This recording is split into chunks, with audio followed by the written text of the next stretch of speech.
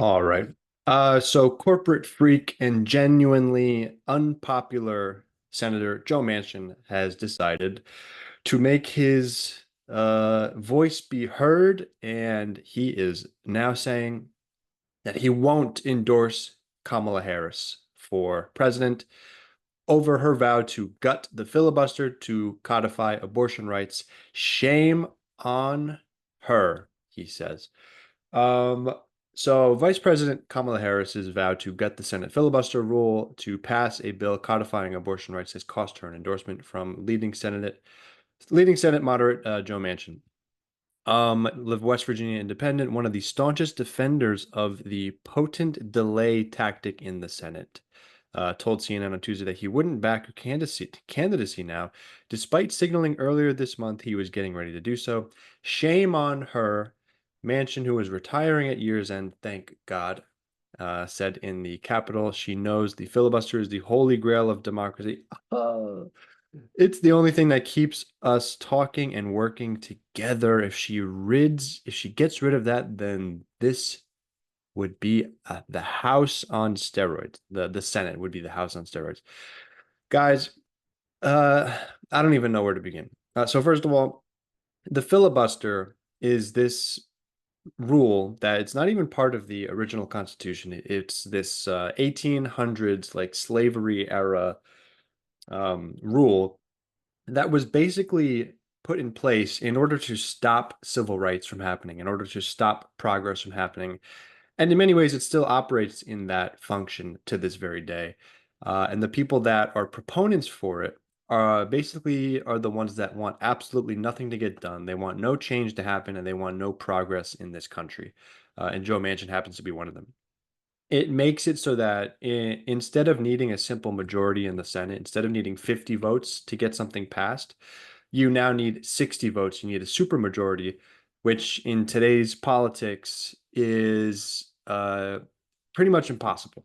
So things are so partisan that in order to get, Republicans, whatever they want, whatever, insane backwards thing they want to do, they need to get 10 Democrats to come on board to do, which is never going to happen. And then any actual good thing that Democrats potentially want to get done when they decide to do something, they would need 10 principled Republicans to come over and get something done with them, which Republicans actively try to sabotage anything that Democrats do, even if it's something good, like just a simple infrastructure bill. They will sabotage it and make up some bullshit lie about it.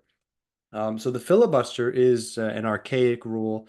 It's steeped in racism, and it's basically, again, just made to hold the country back from doing anything at all.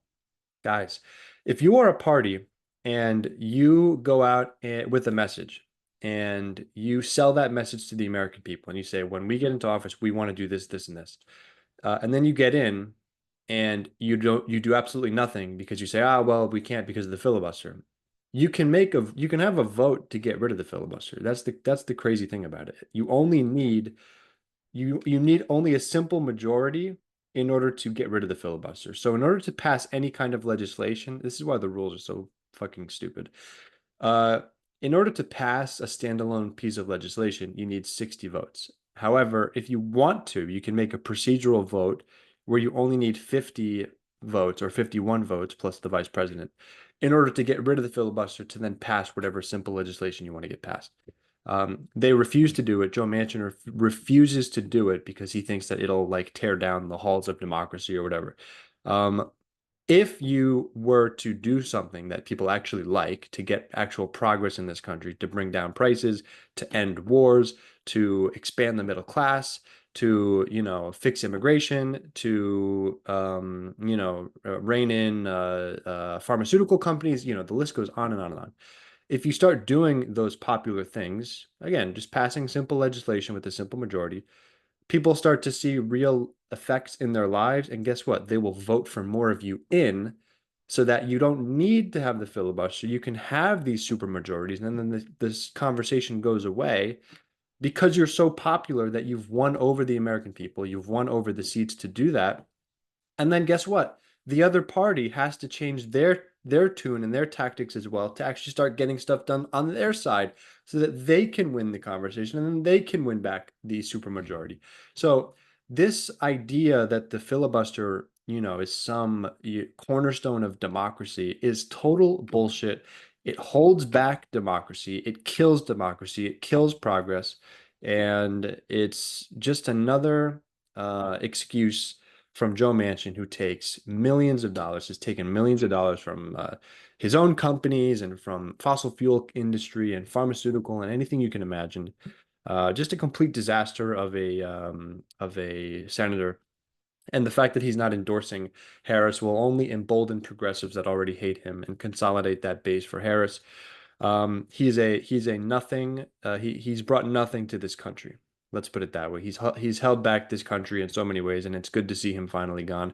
I think I would rather see some right-wing Republican nut take his place because at least they'll be honest. At least they'll maybe believe in their own insanity. Uh, this guy is just a joke, and he's got to go. So anyway, thank you for the not endorsement, Manchin. I'm sure Kamala Harris will miss it greatly.